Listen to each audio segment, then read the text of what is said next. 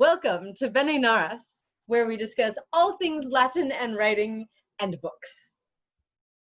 And I'm Rachel Cunning, and I live on a mountain. And we sometimes discuss my mountain and my amazing mountain satellite internet, which is particularly acting up today because it's trying to get through a thick layer of wildfire smoke. Also, all of Rachel's descriptions of the fire on the mountain are alarmingly reminiscent of the Pliny letter, but we're not talking about that anymore. Anyway, I am Arianne Belcher-Carroll. I am worried about the fire on Rachel's mountain. We apologize for any laggy internet, but we are very glad that Rachel's house is still intact. I don't live on a mountain. Fire. Yes, I do not live on a mountain. My house is not on fire either. And yesterday I made some pear cider and I'm feeling a lot like a witch. That's magical. Have you read any good books about witches lately? Actually, no. Well, sort of. I'm currently reading The Shakespeare Stealer, which is a book that I loved when I was in middle school. You know that thing where you're like cleaning out your bookshelves and then you find a thing and you're supposed to be cleaning, but then you sit down and read for an hour and a half instead? Never happened to me. Never. It happens to me every time I try to clean anything. So I'm rereading this book from middle school, and I love the YA elements of it. The reason I say sort of is that the Scottish play makes an appearance, so there are witches, but I love the YA-ness of it, and I'm really enjoying reading books intended for teenagers and looking at the way the plot is constructed. It's not simpler. The book is not simpler. We get such a clear picture of who this character is and his conflict, and we have an idea of how miserable his life is. It's just that it's very accessible to teenagers, and I want to highly recommend that anybody considering writing anything right now pick up a good solid couple of YA books. The Shakespeare Stealer is a great one. Big Mouth and Ugly Girl by Joyce Carol Oates is great. Rainbow Rowell is wonderful. Read them. They appeal to teenagers, and there's a reason for it. Anyway, I'm off my soapbox. What are you reading? Well, I'm reading a manifesto book. It's Mary Beard's book about power and women and misogyny. So that's what I'm reading right now. And it's short. And she intersperses, I mean, that's, nothing relevant about it, but it intersperses modern issues with misogyny and feminism and who has power and who has the right to speak with Greco-Roman traditions that are particularly compelling, along with their own personal anecdotes about who she is as a woman and an authoritative source on information about the Greco-Roman tradition. So it's weaving together the elements, and I'm finding it both horrifying and vexing and compelling at the same time. I'm so excited about that. There's a piece of work that I've been working on for like 3/4 of a year that I don't ever talk about and haven't let anyone read except for you, actually, and Ben, about Medusa. That is also horrifying because that's something we don't talk about. We don't talk about the horrifying, and we have to talk about the horrifying and the misogyny and the power. And I may or may not ever publish it, but I love it. What's your book called? What's it called? Mary Beard's book. It's like power and something, a manifesto, and I'm blanking on the second word. Third word, I guess, technically. Yeah, we'll have it like underneath and be like, this is the book Rachel's actually talking about, and she forgot its title. Right. Okay, cool.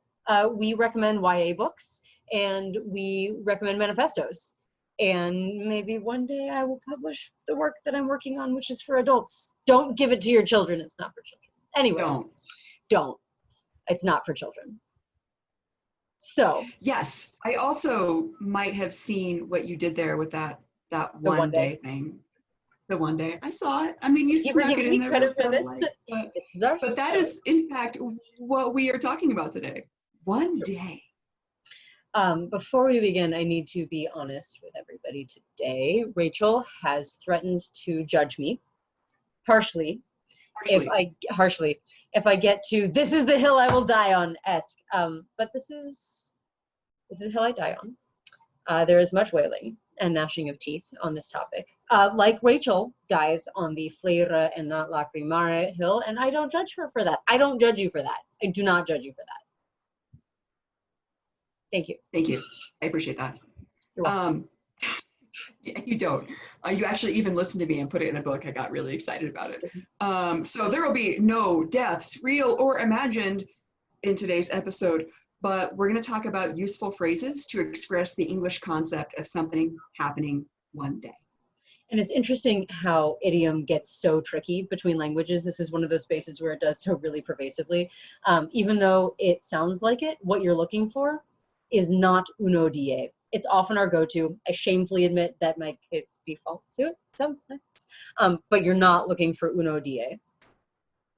Yeah, and it's such an easy mistake to make because in English we think, I want to say one day. I know the word for one, I know the word for day, I'm going to slap that together with an ablative of time when, and boom, uno die. Yeah, it doesn't mean that though. It means on one day, like on one day, I built a house, planted an entire garden, cooked a perfect souffle,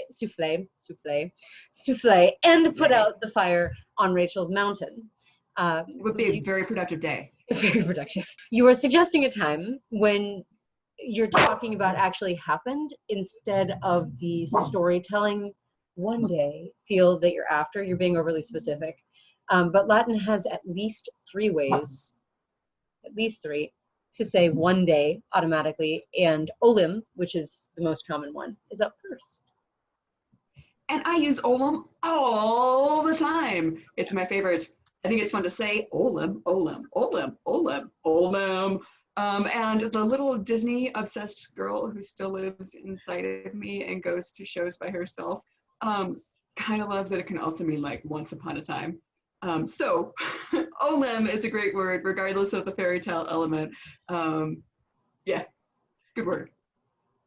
It can mean once upon a time or some time ago, or it used to be the case that, but it also has like a future quality. It doesn't necessarily refer to the past. It can also mean one day as in like, and one day my hair might actually have function.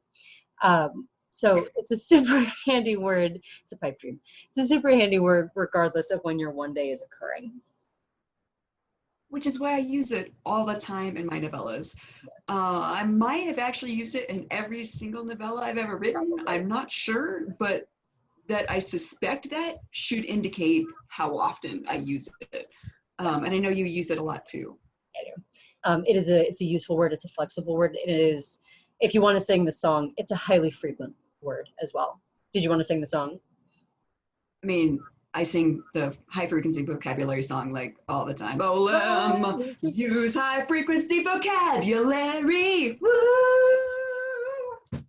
Everybody's probably fairly familiar with Olim, so we're not going to spend too much time beating on that horse. But we're going to move to one of my other favorites, which I think people underuse and which I don't think I've actually ever used in a text. But that phrase is Quodam die, which can also be used to express the idea of one day. Right. And I know I haven't used this like at all. I'm not even sure I've ever even said it. What's your favorite use of? I don't feel like I have a favorite usage of it, but I'm going to say this. Because it is from Quodam, it can feel to us in English like it has a sense of specificity about it. Like, on a set forth day, which I had in mind and knew about, as opposed to like, on a day. Latin uses Quodam a lot more generally than we think about in English, and the whole a certain tends to get us tripped up. So we can think of Quodam die as, so on this day, instead of on the one I marked and named and set out. It's not that specific. It's not that specific.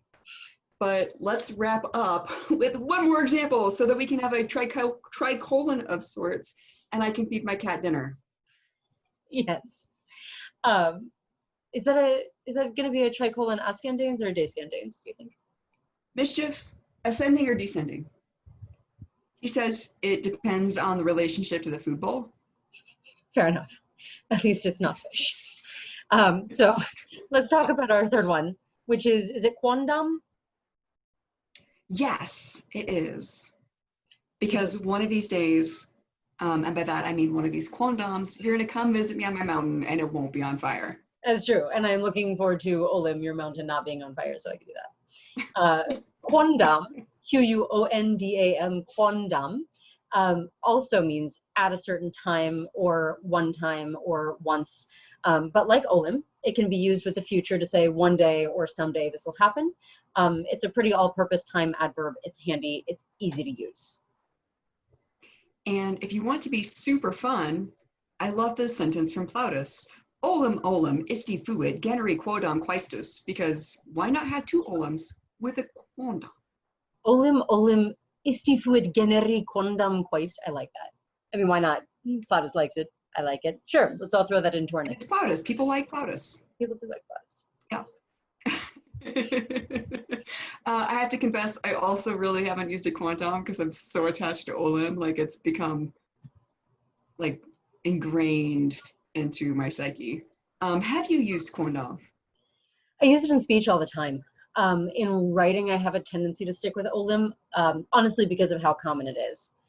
I find often that when I have options, I will pick one and just stick with it in writing for the purposes of limiting vocabulary.